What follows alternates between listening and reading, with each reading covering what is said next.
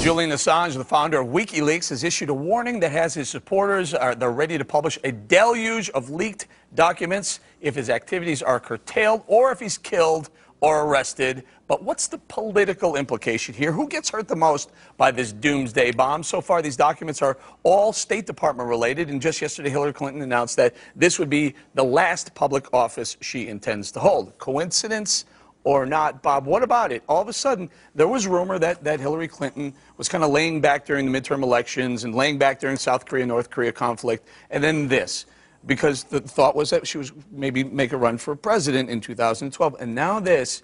Is this a mark on her record? No, and I would not for a second say that it's absolutely not the case that she may run. I think she may run. She may not think she's going to run, but she may run. The other thing is, who gets hurt from this? The American people. The way to deal with, in the national security of the United States, the way to deal with this is pretty simple. We got special ops forces. I mean, a dead man can't leak stuff. This guy's a traitor, a treasonist, and he has broken every law of the United States. The guy ought to be.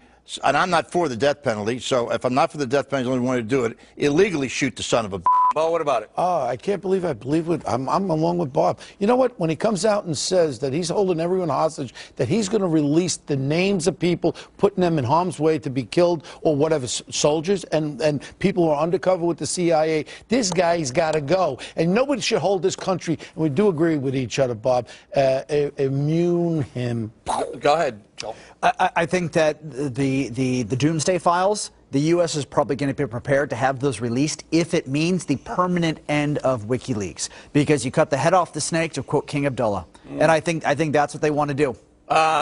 Maybe through arrest, maybe otherwise. This released by the Post today, it says that some of the documents that were originally leaked in the original cables outline some targets that if they were destroyed, disrupted, or exploited, there would be immediate and deleterious effect on the United States. I mean, if there's any question on some of this stuff being dangerous and harmful and hurtful and possibly even deadly, there shouldn't be. You know, I was a Deputy Assistant Secretary of State and sent out a lot of cables when I was doing that, and it was during the midst of the Panama Canal treaties and the SALT agreements.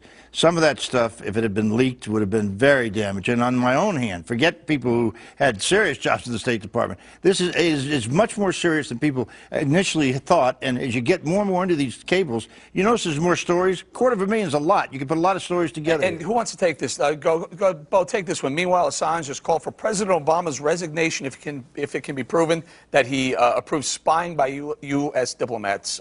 Well, we want that, don't we? Don't we want to know what they're doing? Let me tell you something. That was our biggest downfall. We didn't have the intelligence when Obama, when he was in Afghanistan, planning with the Taliban and al-Qaeda to bomb us. If we had informants in there, people that knew this was happening, we could have possibly averted it, like we have averted a lot of attacks in America. And without this spying, the thing that people don't want, without it, you're going to have dead Americans. And this little punk. Now I stand up for Obama. Obama, if you're listening tonight, you should take this guy out, have the CIA take him out. Where's Obama? First of all, let's say one thing clear here about diplomats and spying. Every embassy of the United States around the world has a station chief of the CIA in it, and everybody knows it, number one. Yes. Number two, since the beginning of the diplomatic corps, they have always been asked to send information that they pick up about their host country. That's nothing new. In fact, when I was in the Peace Corps, they almost asked us to do it. But the question about Obama, I think Obama is in a very difficult spot here. Look, there's so much here. There is so much here, and he's got to be very careful. He's about to have meetings with heads of state in different parts of the world, and he is running a very delicate role here. Leave him alone on this one. This is not his fault. No, but where is he, though? I mean, well, hold on. Where is he? What do you mean, where is he? Shouldn't he be out there? We had Gibbs come out and say, by the way, ignore this. This isn't the big. We're not going to let one guy with a laptop. This is one thing the President of the United States should not comment on. Should not comment. Should not. You got North Korea. I think is the most dangerous thing happening right now with this little psychopath with his fat-faced son that was at Disney World over there. This guy's ready to go off at any time. And South Korea said if they hit one more time, they're going to hit back. This is real delicate. Imagine if it comes out that all of a sudden President Obama said this little fat guy with his little fat ugly son there, or some derogatory sense. This could set off a world war. You know, let's keep in mind now the South Koreans are going to practice artillery practice on Friday of this week. This thing is getting very dangerous, and nobody's paying much attention to it. So far, the only people I've seen expressing outrage at the top are Mitch McConnell and Hillary Clinton.